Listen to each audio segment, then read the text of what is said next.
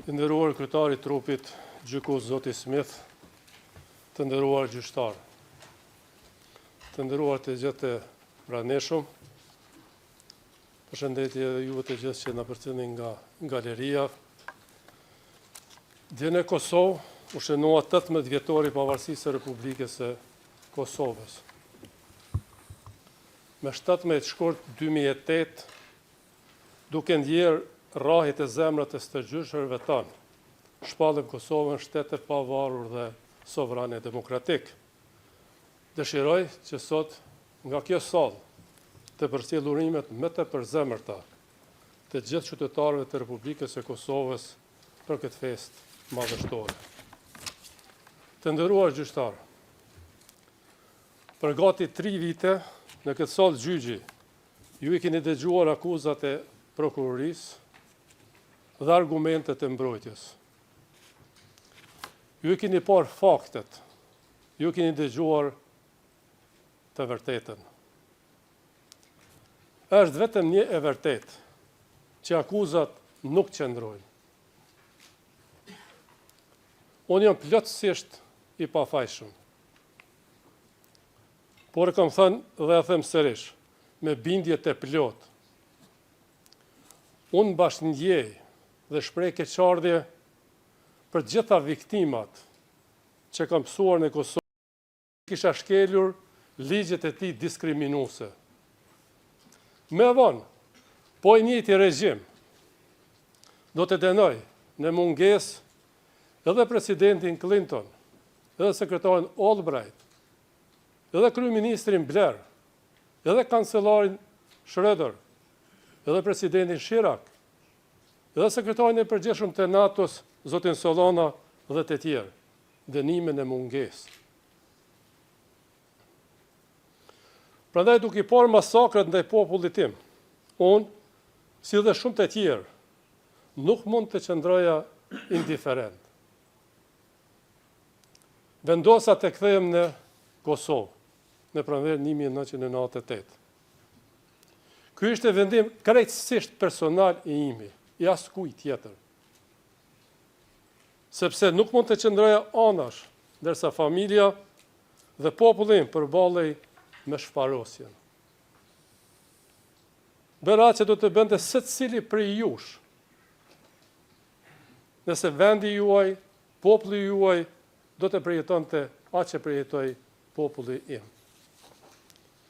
Për këtë jam shumë krenar, dhe nuk i bie pishman asnjëherë. Të nderuar gjyqtar,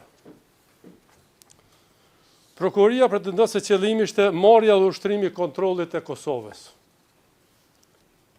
Kjo jo vetëm që është plotësisht e pavërtet, të absurde, po është edhe thellësisht ofenduese. Është ofendim për kujtimin e mira heronjve që dhanë jetën për liri. Është ofendim për dhjetra mira viktimat e pafajshme të vrarë gjatë masakrave.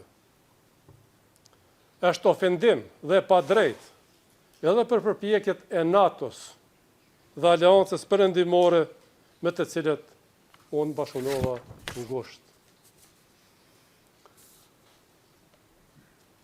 Të nderuar gjyqtar, me lejoni të përsëris një të vërtet përjetshme. I vetmi, amo bash i vetmi, kundërshtar i imi, i popullit e Kosovës dhe i botës demokratike, ishte Slobodan Miloševići. Është e rëndë ta dëgjosh këtë akuzë.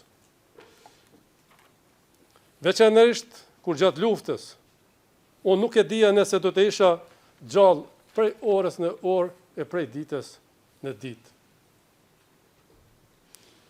Unë nuk isha i sigurt nëse do të shisha familjen time, gruan time e djalin e sapo lindur. E lere më të ndroja të ushtroja kontroll në Kosovë. Në Kosovën e pushtuar plotësisht për rreth 90 vite. Fakti që sa prej nesh sot jemi gjallë, është krejtësisht rastësi dhe fat. Unë nuk u ktheva për të rrezikuar jetën time për kontroll dhe pushtet. U ktheva në atë dhe, duke rrezikuar jetën time për liri dhe paqë. Pyetja që shtrohet sot është: morja kontrollit prej kuj? Kush? E vërtetë është se kontrolli dhe pushteti ishin plotësisht, ama plotësisht në gjithë territorin e Kosovës në duart e hekurta të Slobodan Miloševićit. As kuj tjetër. Shqiptarët nuk ushtronin pushtet, është paradoksale. Ata shtypeshin nga pushteti i Slobodan Miloševićit. Misioni ynë si popull ishte i qartë: mbijetesa, liria dhe paqja. Unë nuk isha fare iluzione.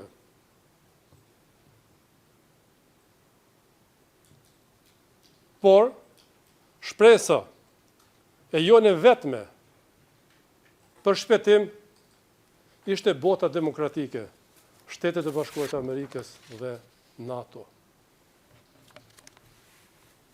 Prandaj tërë fokusi im ishte ndërtimi dhe forcimi i kësaj aleance. Për këtë qëllim, unë udhtova në shumë kryeqytete për t'i bindur për kauzën tonë të drejtë në Bruksel, Londër, Berlin, Paris, Bern, Oslo, Vjenë dhe vendet e tjera. Por kudo që isha në kontakte vazhdueshëm me zyrtarët e administratës amerikane. Miloševići e kishte filluar luftën në Kosovë, ndërsa ne kosovarët vetëm mbroheshim. Por luftën mund ta përfundonte vetëm NATO, askush tjetër. Dhe ashtu ndodhi. Po të mos ishte intervenimi i NATO-s, lirit Kosovës nuk do të kishte as pavarësitë e Kosovës. Prandaj pavarësia nuk ishte instrument për të marrë pushtet, por për dinjitet. Të nderuar gjyqtar, kjo prokurori me thurri shumë lavde, e më ndau shumë tituj e grada. Por e vërtet është krejt tjetër. Unë nuk isha ai i cili transportova rezistencën nga perëndimi në Kosovë. Unë ju bashkova rezistencës në Kosovë. Nuk ishte kthimi im nga perëndimi arsye pse UÇK-ja po masivizohej. Arsyeja ishte Slobodan Miloševići. Dhe askush më bukur nuk e ka thënë se sa sekretari i shtetit Mehmet Albright.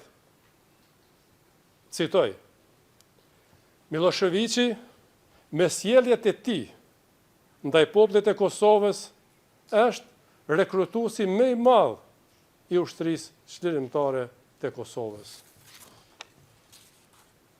UÇK-ja nuk ishte shteti, nuk ishte ushtri e një shteti. Ai ishte organizim popullor që po mbrojë nga një shtet agresor. Fakti që UÇK-ja nuk ishte organizuar ashtu siç pretendon prokuroria se ishte, nuk e zbe as pak rolin e saj për lirinë e Kosovës. Nuk e bën kauzën e saj për shërim me pak fisnike, e as arritjen e pavarësisë me pak historike. Fitoria e Kosovës ishte më shumë politike dhe diplomatike. Suksesi më i madh i popullit të Kosovës ishte bashkëpunimi i plot dhe besimi me Perëndimin. Ata na ndihmuan pikërisht, sepse e dinin se kush ishim dhe çfarë qëllimi kishim. Unë me asnjë çmim, në asnjë rrethon, nuk do të rrezikoja këtë aleancë me asgjë në këtë botë. Sepse ashtu do të rrezikoja vetë lirinë e Kosovës, do të rrezikoja ekzistencën tonë kolektive. Synimi ynë ishte paqja, nuk ishte lufta. Kur bota demokratike vendosi të thras konferencën e paqes në Rambuje, ne ju përgjigjëm pozitivisht ftesës së tyre. Ushtria Çlirimtare e Kosovës ishte një nga 3 grupet përfaqësuese të Kosovës në këtë konferencë dhe përfaqësues të pavarur të tjerë. Megjithatë, gjatë gjithë procesit në Rambuje dhe Paris, ne punuam si delegacion i Kosovës. Pranuam marrëveshjen e paqes, edhe pse ajo nuk i plotësonte të gjitha kërkesat legjitime. Por Kosova zgjodhi paqen dhe demokracinë. Serbia zgjodhi luftën dhe gjenocidin. Për të ndihmuar bashkësinë ndërkombëtare ashtu siç na ishte kërkuar nga perëndimorët, të 3 grupet, Lidhja Demokratike e Kosovës, UÇK-ja dhe LBD-ja, u pajtuan për formimin e qeverie të përbashkët, që do të funksiononte deri në zgjedhjet e para të lira demokratike në Kosovë. Ishte marrëveshje për të bashkuar forcat dhe energjitë për një qëllim të përbashkët, lirinë e Kosovës. Sot, si mundet dikush të pretendoj se qëllimi ishte marrja e kontrollit të Kosovës, kur ne pranuam që bashkësia ndërkombëtare ta kishte fjalën kryesore në Kosovë. Pastaj, që UÇK-ja t'ia dorëzonte armet NATO-s, siç ndodhi më vonë në qershorin 1999 shtator 99. Pas kapitullimit të Miloševićit, Kosova fut në administrimin e Organizatës së Kombeve të Bashkuara. Fakti i njohur botërisht. Unë miku sqaroj që në fillim se gjithë pushteti ekzekutiv, legjislativ dhe gjyqësor ishte në duart e tyre. Këto ishin rrethona krejt tjera. Më pas, unë punova me unë mikun dhe me partitë e tjera politike, për të ndihmuar në zbatimin e mandatit në të mirë të popullit të Kosovës. Punova me strukturat e përbashkëta të UNMIK-ut. Të nderuar gjyqtar, gjatë tërë kësaj kohe, i vetmi pushtet që kisha unë ishte pushteti i zërit tim. Dhe të nderuar gjyqtar, siç e keni parë gjatë procesit gjyqësor, unë e përdora zërin tim për të promovuar një shoqëri shumë etnike, tolerante në vendin tim në Kosovë. Unë u bëra thirrje serbëve lokal që të qëndrojnë në shtëpitë e tyre dhe të ndërtojnë një jetë të re së bashku me ne. Edhe ata, pra serbët dhe komunitetet tjera, sikurse edhe ne, ishin viktima të Miloševićit. Nuk ishte dhe s'pak e lehtë të bëje këtë, pas tër asaj që kishte ndodhur. Por ishte gjëja më e drejtë dhe më e dur që mund të bëja. Kur në Kosovë po hapeshin varre gjithandej për mijëra viktima, mijëra të zhdukur nuk gjindeshin, mijëra pengje shqiptare ishin marrë me vete në Serbi, dhimbja ishte e thellë dhe kolektive. Ajo që mund të bëja, ajo që po bëja, mund të kishte edhe pasojë fizike, por edhe elektorale. Por Kosova ishte më e rëndësishme se sa fati im personal. Pas hyrjes së NATO-s në Kosovë dhe largimit të forcave serbe, qytetarët e Kosovës nuk po luftonin. Ata po festonin lirinë e shumë pritur. Gjatë 9 viteve të para pavarësisë, do të thotë 1999-2008, ne ishim qytetarë të OKB-s në vendin tonë. Gjatë kësaj kohe, unë i bëra thirrje popullatës të kishte durim, të ishin tolerant, të bashkuar dhe të kishin besim të partnerët ndërkombëtar. Pavarësia ishte fryt i aleancës tonë me botën demokratike. Pas pavarësisë, punova me Bashkimin Evropian, me SBA-n dhe faktorë tjerë relevant për normalizimin e raporteve me Serbinë. Të nderuar gjyqtar, ajo me të cilën u përballëm nuk ishte vetëm periudha e luftës. Ishte një shekull shtypje dhe apartheid. Traumat kolektive shkaktuan edhe ndjenjen e fortë e zemërimit dhe hakmarrjes gjatë dhe pas luftës. Presidenti Clinton erdhi në Kosovë me njerë pas lufte dhe na tha: ne e fituam luftën, nërsa ju duhet ta fitoni paqen. Unë e mora këtë mesazh shumë seriozisht. E përdora zërin tim për të bërë thirrje për paqë, tolerancë dhe unitet. Gjatë pjesës më të madhe pas luftës, deri në shpalljen e pavarësisë, unë nuk isha në pushtet, isha jashtë pushtetit. Edhe ku era në pushtet, ku marrë me fitore elektorale. Por gjatë tërë kohës, unë respektova normat demokratike dhe rezultatet e zgjedhjeve. Dhe kurdo që partia ime ishte në pushtet, ishte gjithmonë në koalicion me Lidhjen Demokratike të Kosovës dhe parti tjera politike shqiptare dhe jo shqiptare. Së bashku e bëm shtetin, Kosovën shtet realitet. Por, të nderuar gjykatës, propaganda ruse dhe serbe nuk do të na falnin lehtë. Pasi dështuan ta delegjitimojnë pavarësinë e Kosovës në gjykatën ndërkombëtare të drejtësisë këtu në Hag, atë e mësyn Këshillit e Evropës. Ringjallën pretendimet e tmerrshme për trafikim organesh.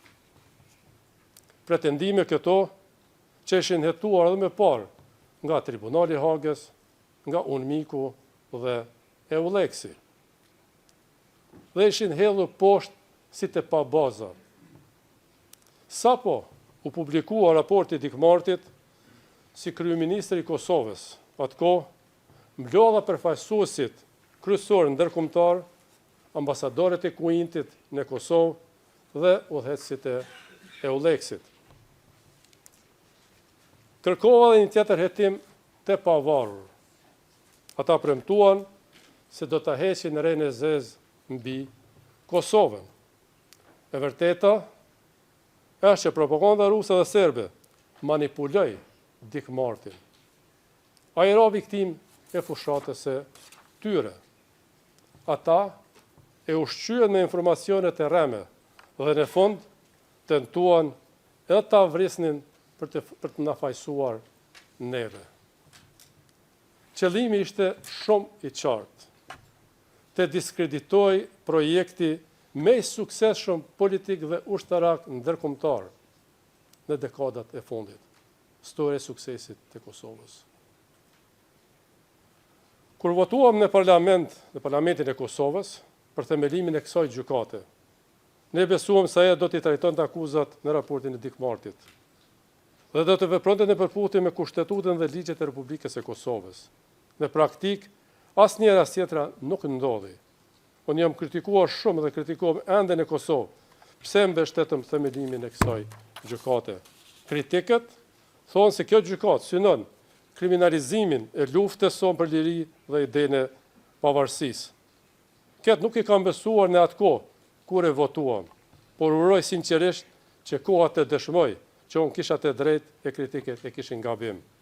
Kjo prokurori në vend që të heqë rrehen e zezë Kosovës, kërkon t'ia zgjedhë diellin me një stuhi të zezë, të ashtu quajturën ndërmarrje e përbashkët kriminale.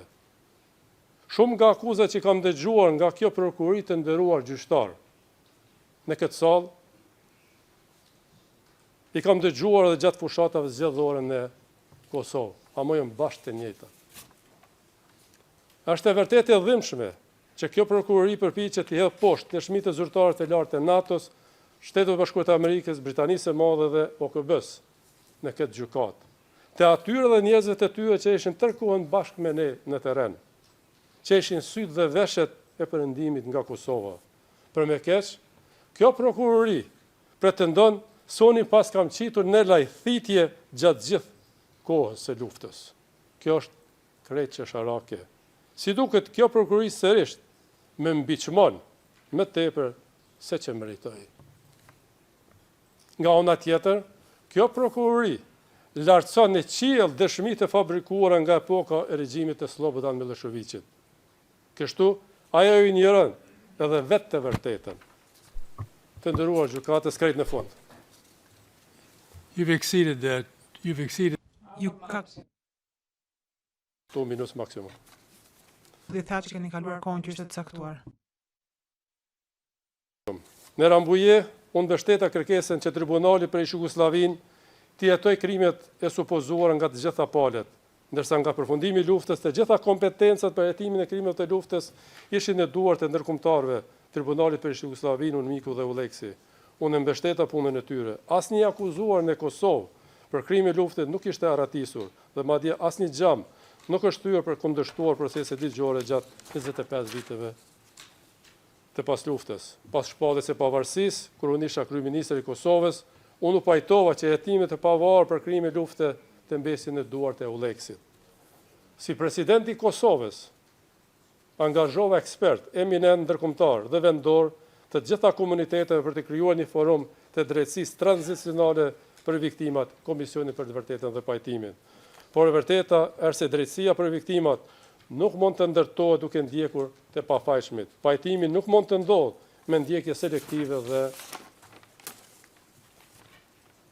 njetnike. Të nderuar gjyqtar, fjalia e fundit, gjatë gjithë jetës sime unë isha përkrah popullit e Kosovës, në mbrojtje të lirisë, jetës dhe dinjitetit njerëzor. Gjithmonë duke u hequr nga idealet perëndimore të demokracisë, barazisë dhe drejtësisë. Sot, në përfundim të këtij procesi, e kam vetëm një lutje të nderuar gjyqtar për ju, që vendimi juaj të jetë në përputhshmëri me Kushtetutën e Kosovës, ligjet, provat dhe faktet. Dhe provat e paraqitura e bën shumë të qartë se akuzat nuk qëndrojnë. Prandaj, i vetmi vendim i drejtë është pafajësia e plotë. Ju falemnderit shumë.